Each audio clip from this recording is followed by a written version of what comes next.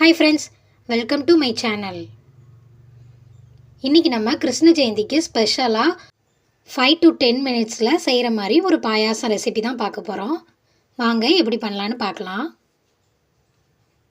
இன்னொரு பேன் எடுத்துருக்கிறேன். அதில் 2 ஸ்பூன் அளவுக்கு நெய் சேர்த்துக்கிறேன். நெய் நல்லா சூடானதும் கொஞ்சமாக முந்திரி பருப்பை சேர்த்து நல்லா வறுத்து எடுத்துக்கிறேன். இப்போ முந்திரி பருப்பை நல்லா வறுத்தாச்சு. அதை எடுத்துட்டு அதே நெய்யில் ஒரு 3 ஸ்பூன் அளவுக்கு ரவை சேர்த்துக்கிறேன்.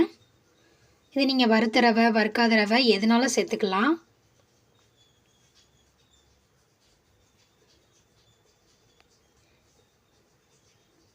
சேர்த்துட்டு அந்த நெய்யிலேயே ரவையை நல்லா வறுத்து எடுத்துக்கோங்க. அங்கே ஒரு 2 மினிட்ஸ் ரவையை நல்லா வறுத்தாச்சு. இப்போது ஒரு 1/4 கப் அளவுக்கு தண்ணி சேர்த்துக்கிறேன். தண்ணி சேர்த்துட்டு நல்லா ரவையை வேக வச்சுக்கோங்க. பாருங்கள், ரவை நல்லா வெந்திருக்கு. ரவை நல்லா வெந்த உடனே பால் சேர்த்துக்கலாம். நான் 400 ml அளவுக்கு தண்ணி சேர்க்காத கெட்டியான பால் எடுத்துருக்கிறேன். பால் காய்ச்சணும்னு அவசியம் கிடையாது, நம்ம அப்படியே சேர்த்துக்கலாம்.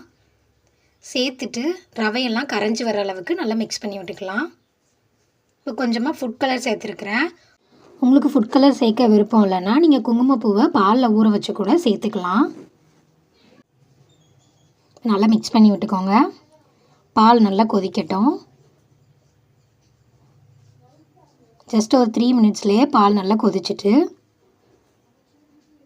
இப்போ லைட்டாக கலந்து விட்டுக்கோங்க. அடுத்து நம்ம பாயாசத்துக்கு தேவையான அளவு சர்க்கரை சேர்த்துக்கலாம். உங்களுக்கு இனிப்பு எவ்வளோ வேணுமோ அவ்வளோ சேர்த்துக்கோங்க. நான் ஒரு 1/2 கப் அளவுக்கு சேர்த்துருக்குறேன். சேர்த்துட்டு சர்க்கரை கரையிற அளவுக்கு நல்லா மிக்ஸ் பண்ணிக்கலாம். இப்போ பாருங்கள், சர்க்கரைலாம் கரைஞ்சி சூப்பராக ரெடி ஆகிட்டு இப்போ நம்ம வறுத்து வச்சுருந்த முந்திரி பருப்பை சேர்த்துட்டு அடுப்பை ஆஃப் பண்ணிடலாம். ஜஸ்ட் ஒரு 5 to 10 மினிட்ஸ்லேயே இந்த பாயாசத்தை சூப்பராக ரெடி பண்ணியாச்சு. நீங்களும் உங்கள் வீட்டு குட்டி கிருஷ்ணருக்கு இந்த மாதிரி பாயாசம் செஞ்சு கொடுங்க. ரொம்பவே நல்லாயிருக்கும், எல்லோரும் விரும்பி சாப்பிடுவாங்க. உங்களுக்கும் இந்த ரவை பாயாசம் ரொம்ப பிடிச்சிருந்துச்சுன்னா கமெண்ட் பண்ணுங்கள். தேங்க்யூ.